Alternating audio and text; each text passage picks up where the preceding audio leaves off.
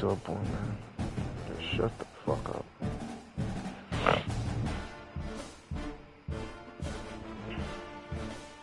Ten best recruiting tips in college football 26. Okay.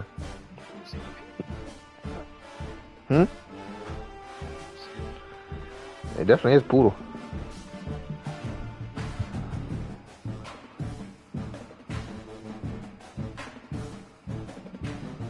I already see somebody bitch about that transfer portal. They just fixed it, bro. 25 popular crypto apps. Download Robinhood to get started.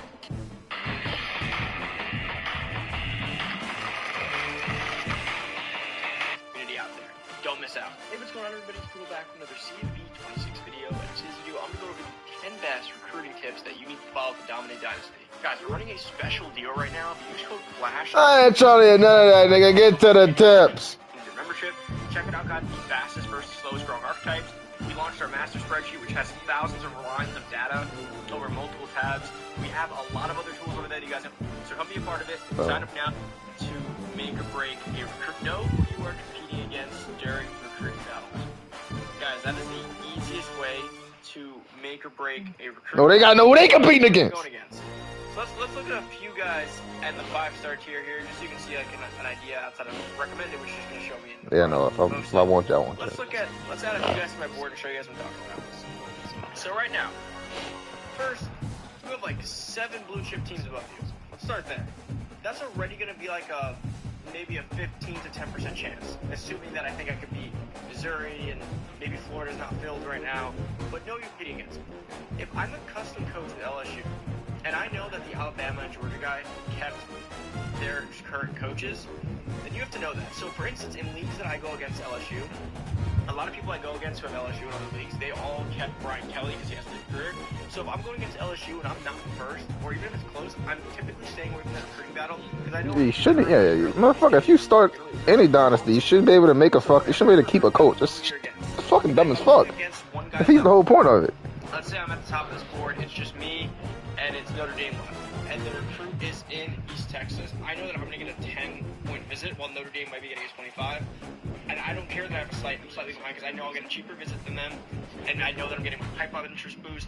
Just know what the pipelines are, know who the person you're going against is, and get a rough idea for what you think their approach will be based on who you've been playing with for years. This next one's really important to me, and remember, vary this and like scale this back based on what you're using. If you're a 1-star school, this applies to like a 2-star school, this applies to like 2, 3, 4 stars. If you're a 4 or 5-star school, this mainly applies to 5 and 4 stars.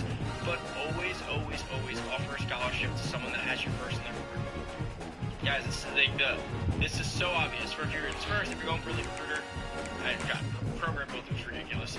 But I have all these guys first. Always offer, because like I've seen people who won't even filter by first. What they'll do is oh shit. This is incredible. But you guys get the point. I see people who filter, and they'll go through and they'll scout, and they'll keep guys on their board that are just who they want the most, when you can easily lock up top 5 recruiting classes by strictly focusing on your guys in first. But more importantly, what really matters here isn't even just the fact that they're going to be easier to win. It's that you can actually get some insta commits. And that's what's important to me. Every insta commit you get gives you a major boost in regards to your future of your dynasty, as well as getting a lead recruiter. Because right there, that already puts us ahead of everyone else who can get one. And remember, it's an hours, it's a numbers game. If you have 1,000 hours, you can only offer X amount of recruits. Let's call it 15 with a little bit extra with 65.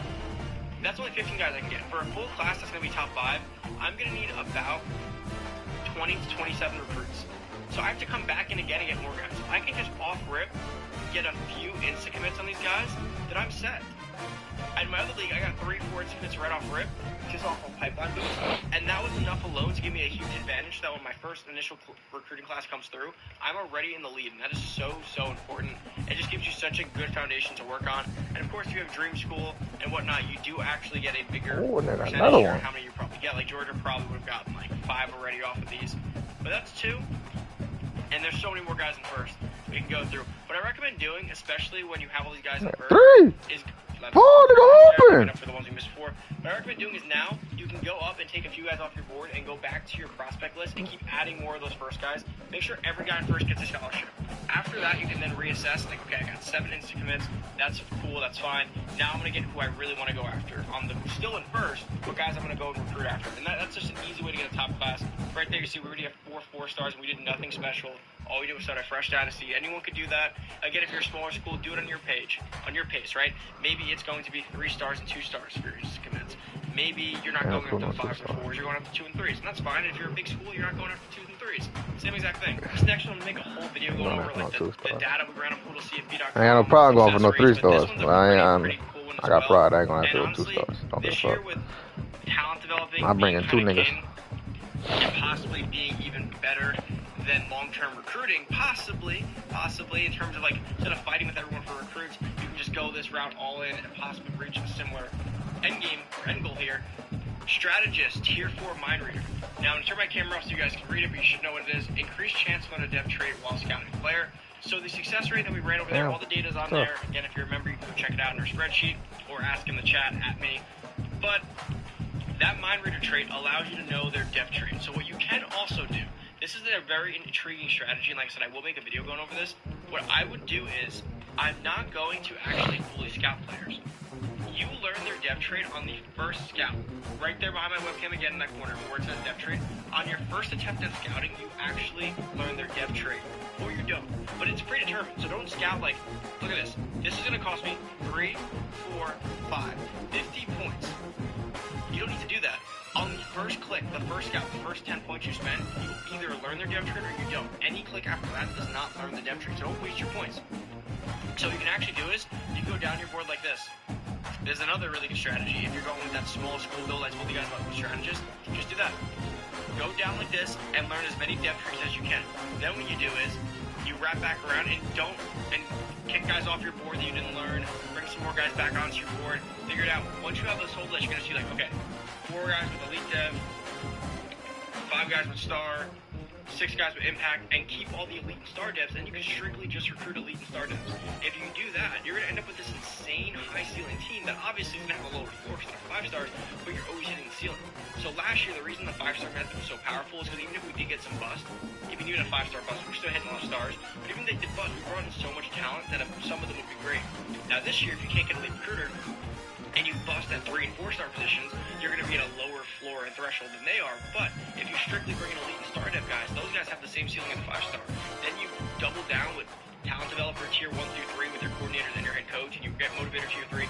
Now you're looking at guys who are being like, you're building like cyborgs, but you need to have that elite and star dev to do that. So this is another great strategy, especially if you follow my small school strategist build. The next one's huge. I just made a video going over this, so if you haven't checked it out, definitely check it out. And that's after you get your initial. That's right on my fucking team, huh? Or you have your like base of what you want to do. Go back to this board and filter by offers. So as you guys see, all these guys have offers. Filter by offers and go look at all the guys who went unrecruited.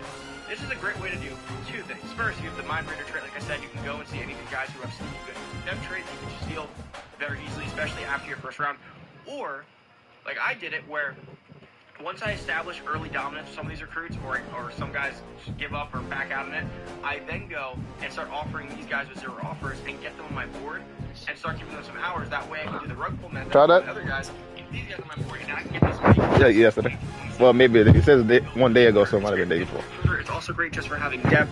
It's a great way to just steal some players. A bunch of 4 stars, increase your blue chip ratio, increase your recruiting class, reset your roster. This works for any size school. Of course, like I said, if you're a 1-star school and you don't have access to 4 stars, you can do this with 3 stars.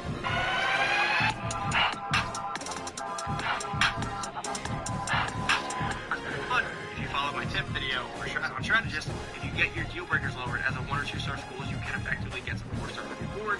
If they go unrecruited, they're free for you. This actually could be more beneficial for a small school. Leading off of this, rug pull method, schools you can effectively, of course, like I said, if you're a 1-star school and you don't have access to 4 stars, you can do this with 3 stars. But if you follow my tip video over on strategist, if you get your deal breakers lowered as a 1 or 2-star schools, you can effectively get some 4 stars on your board. If they go unrecruited, they're free for you. This actually can be more beneficial for a small school. Leading off of this, rug pull method, which if you guys don't already know, the rug pull method is basically when I have a huge lead on a player, or I see no one going against me. Like, let's say right now, no one else offered, I would pull my hours off and just go recruit someone else and come back to him later because I know he's locked up because no one's going to join this race or no one has joined the race.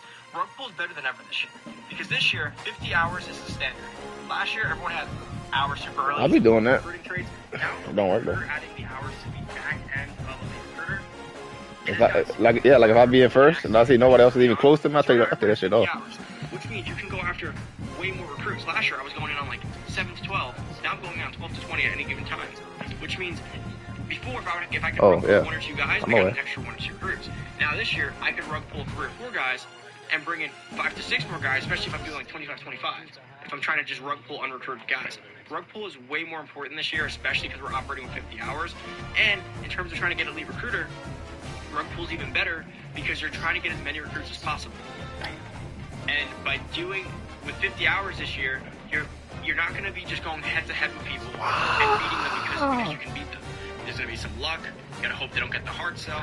By doing the rug pull this year and like more chances at bat and recruiting 22, 25 guys actively, if you lose 2 or 3 because of bad luck, you still bring in 17. If you go strictly on those few guys and you lose a few, your class is cooked. Rug pull is more important than it's ever been. Following up off that as well, 50 hours means one thing. And again, you can have you can have a current coach or you can have a lead recruiter. Early on, with the idea that most people have 50 to 65 hours, right now, what is king is pipelines, and visit cost. Right now, having a good pipeline that's tier 5 and having these guys in first is going to be the most beneficial thing right now. Because if you guys are all using the same hours, having that early interest lead is huge. So pipelines and your visit cost is king. Going after guys who are in your top 3 pipelines, like your 5, 4, 3, who have you high on their board, combined with the fact that I can bring in a guy from Baton Rouge for a 10-point visit, goes such a long way in dominating recruiting this year, especially again early on. So people have their CEO and their elite recruiter, and even then, because coachings and coach packages are expensive, you can't max out everything. Pipelines and proximity visits are so key right now. Almost exclusively, like 95% of the way I recruit right now is strictly looking at where they're located and are they in my pipeline for easy starting interest. Plus, combining that with what I believe to be a super OP build. Because I already want to go the talent developer route. So how perfect is it that I'm huge on program builder and talent developer, and tier 4 is boost the pipeline bonus. So you get an extra pipeline bonus. So all you got to do is go up one more tier, which I already recommend tier 3, and you combo this with program builder and pipelines, and starting interest is just king right now.